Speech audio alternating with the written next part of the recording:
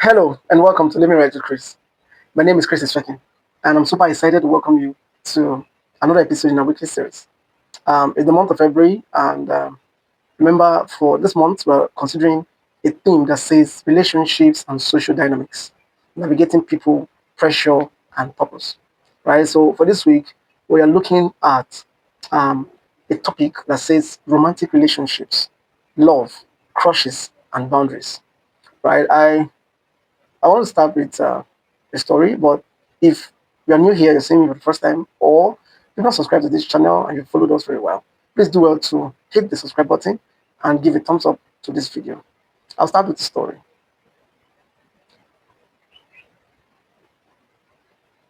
It started with just a text. No, it didn't start with love. It started with a text. Good morning, nothing serious, just that friendly kind of text. Soon it became late night chats and then voice notes and then checking the phone in the morning and late at night. No label, no commitment. But when the replies slowed down, the heart raced. When the messages were short, the mood dropped. One day the person stopped replying. No explanations, no closure. And then that's when the realization hits in. I didn't give my body, but I gave something more precious. I gave my peace. There was no breakup because there was no relationship in the first place. Yet the pain felt real. And the question remained in your heart: how did something so small take so much of me? This might be your um, question, you know, in your heart. And I'm not here to talk about rules. I'm here to share wisdom.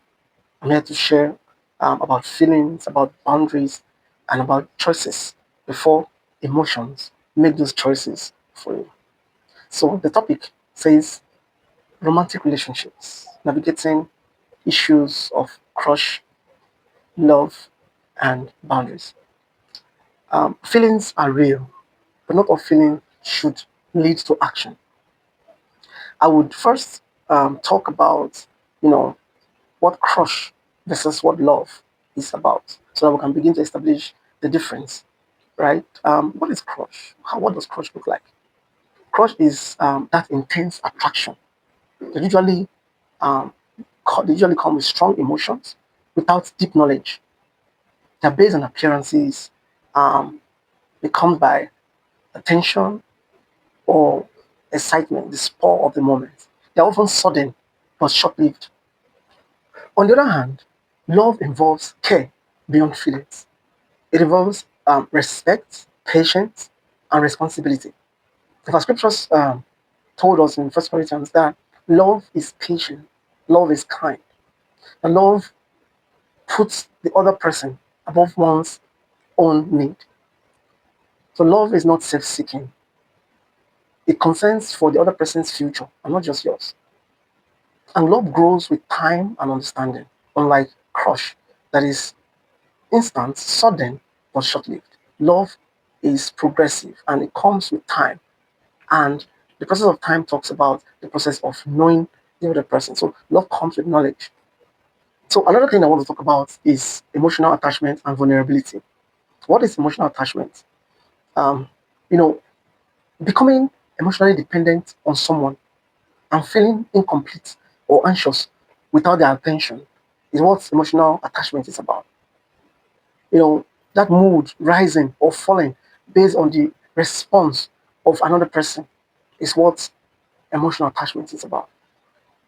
And it is not a very good thing because it means that as a person, you're losing yourself to another person. You only find value, right, because another person exists. There is no self worth. It's a sign of um, an esteem problem or lack of self awareness, right? And it's not a good place to be. There are risks of early emotional attachment, and the risks are one, loss of self identity, um, also fear based decisions, where in the first instance you do not There's no self, you don't know who you are. So without the person, you feel incomplete or useless, that you can be anything or do anything without the other person. Um, and the other point I made, I said fear-based decision, meaning you make all your decisions with respect to the other person. There is no time you have make decisions based on your conviction, right? But based on fear of losing the other person from your life, you begin to compromise. You begin to blur your boundaries, right? You begin to do the things that are against your values because you are trying to accommodate someone else, right? Another risk involved is difficulty in letting go. When you are attached to someone and you feel dependent on the person emotionally, there is the tendency of deep wound or deep cut, right, in letting that person go. Even the thought of it, brings, anxiety to your heart. Also, there's emotional pain when things end, because the truth is, crushes will always end. There's an expiry date for crush because it is sudden, it's usually short lived. And there is pain attached when you invest so much in a crush and then it crushes your heart, as someone would say. All right. So, what I want to say here is that attachment before maturity often leads to emotional wounds.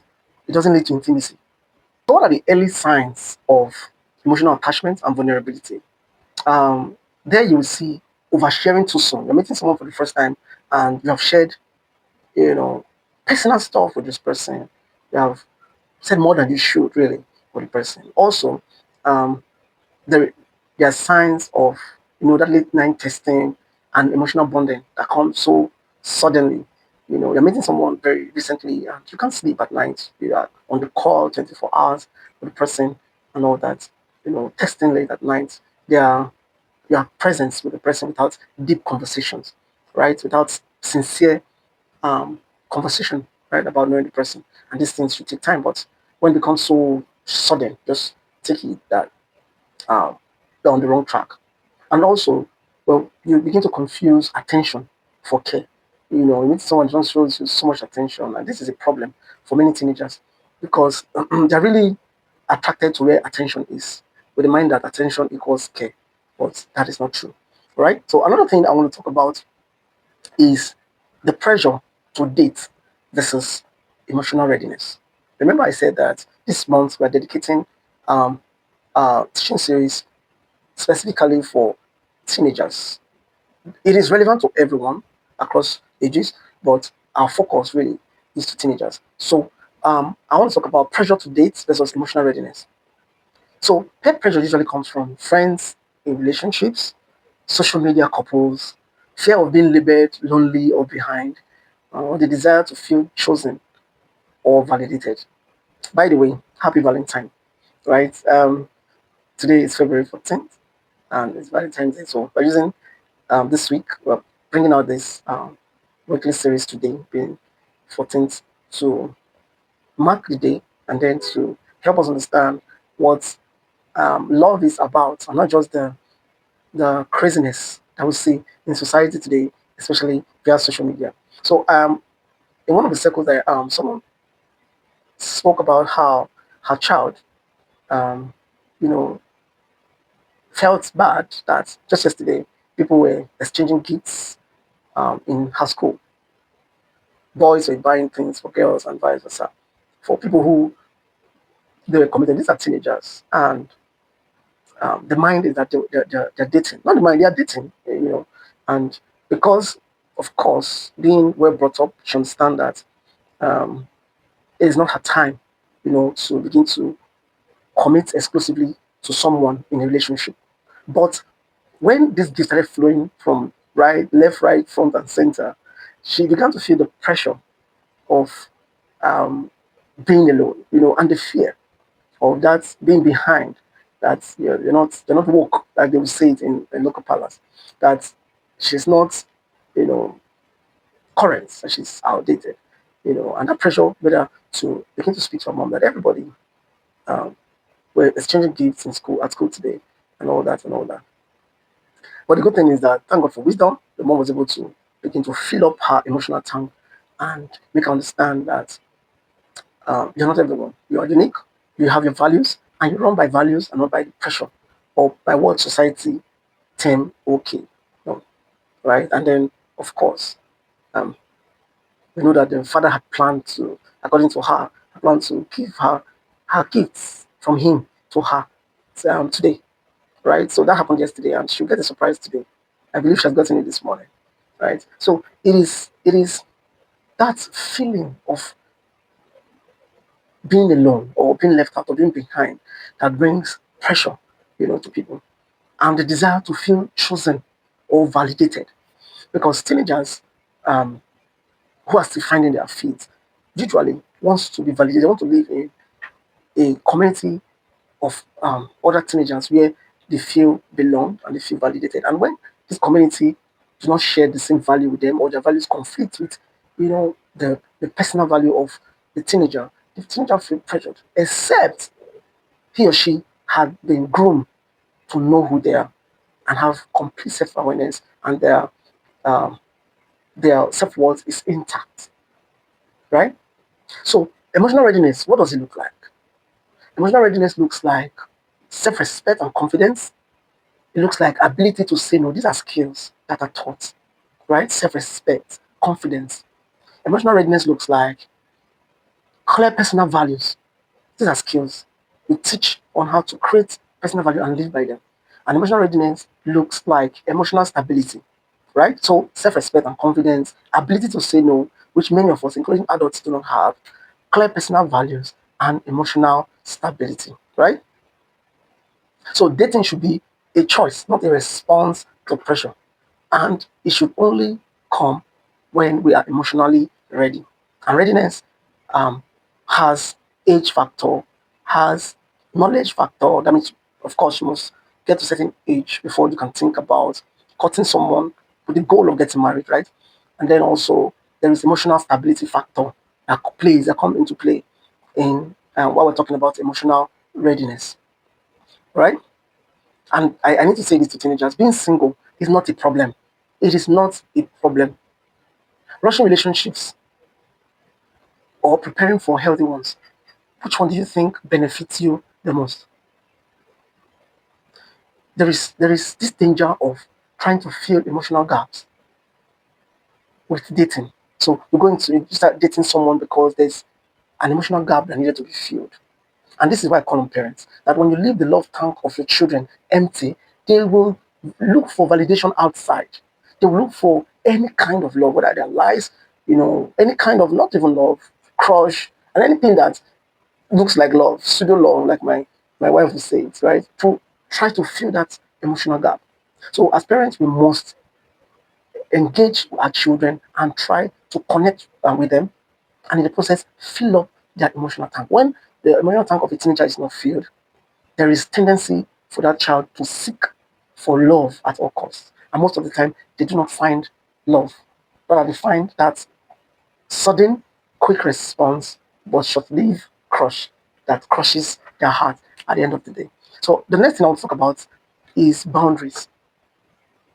Boundaries could be emotional boundaries, physical boundaries, and digital boundaries.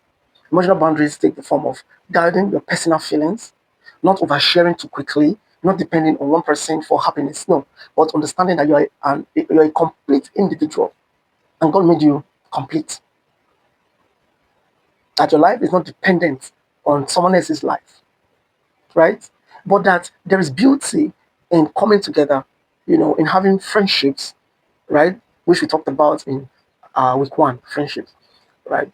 But that it's not a sin that you're not emotionally, invested exclusively to an individual of the opposite sex because you want to validate your feelings. No.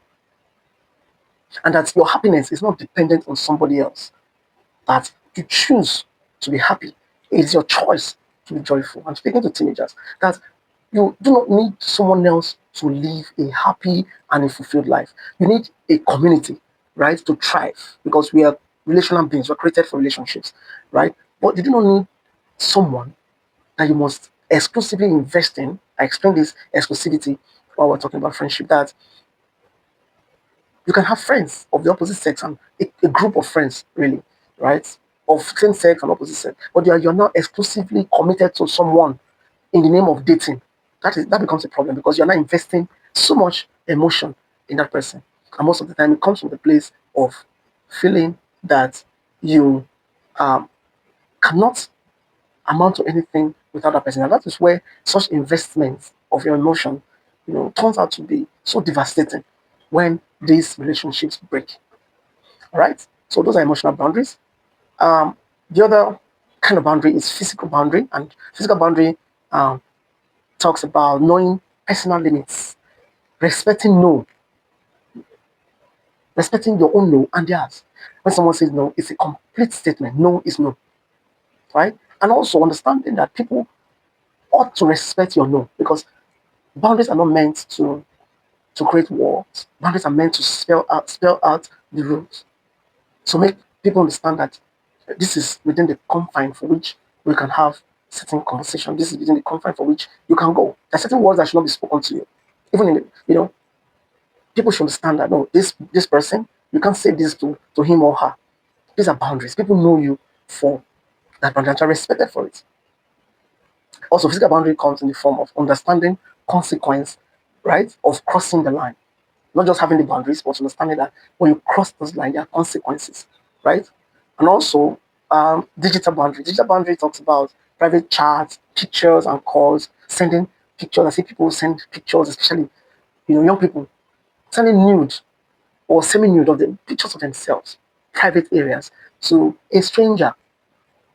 And this is a um, very, very serious issue um, within young people these days.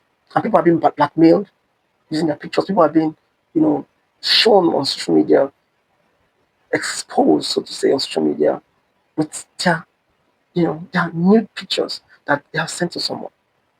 It shouldn't be. There should be digital boundaries. Pressure to send inappropriate content.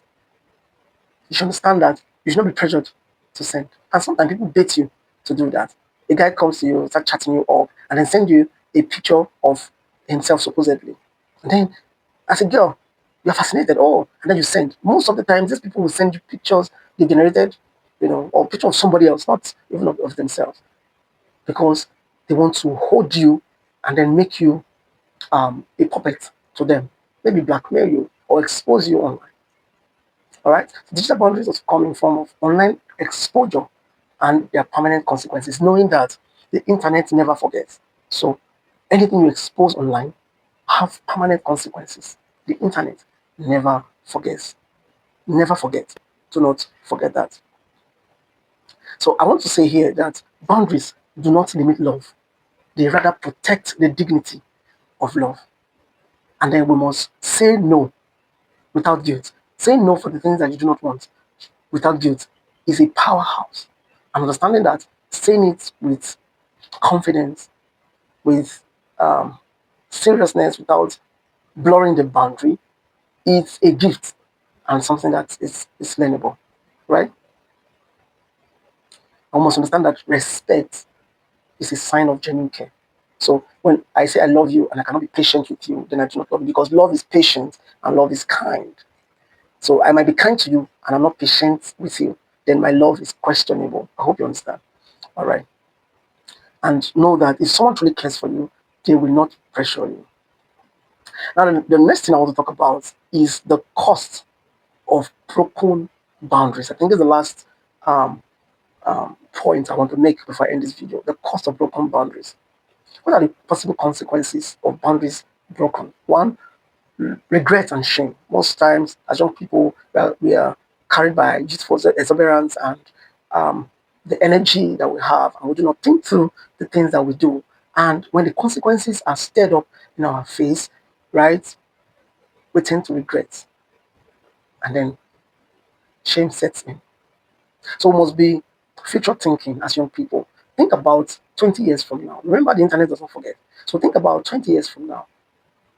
Would you say that this decision you're about to make now will be um, a plus to you or to the person that you become or the person you are becoming, or it will be a minus to that person that you are becoming? Will it bring shame at last, or will it bring fame? Will it take you closer to the person that you're trying to become? Another consequence of broken boundaries is loss of trust. When boundaries are broken, trust gets broken with it. And also emotional confusion, right? When boundaries are broken, emotions are confused. That's where you now see lust or crush as love. That's where the definition of love becomes um, wrong. That's where you see that anything goes, any feeling is acted upon. And as human beings, we have feelings. I'm not saying that feelings will not come, they will come. But it takes intentionality on your part to begin to sift through all of the feelings that comes per time, especially as a teenager. A lot of feelings are, in fact, our feelings are flying everywhere. So wise teenagers always understand that they must make decisions away from their feelings, looking at everything that they must do from the lens of how will I put it now? From the lens of reality and not just from emotion. You look at things from the lens of objectivity, that's the word, and not just from the lens of feelings. Because feelings are fickle, they fade away with time, right? Also, another cost of broken boundary is damage to self-worth. And this is self-explanatory.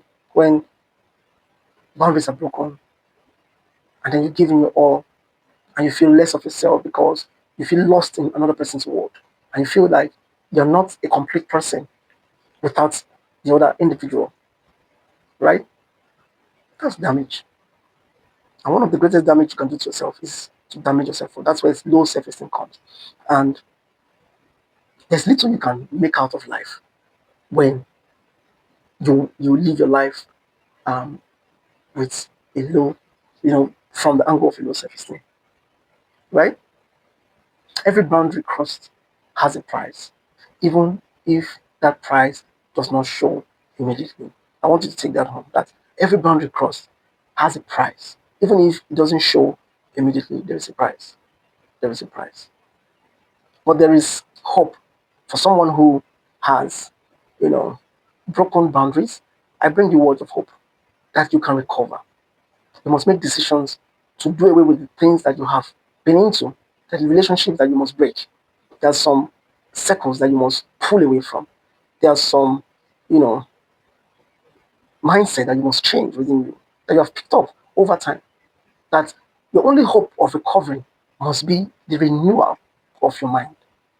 And it starts from breaking off from certain circles of influence so that you can begin to think fresh. You must go back to your maker. You must go back to God and he can help you.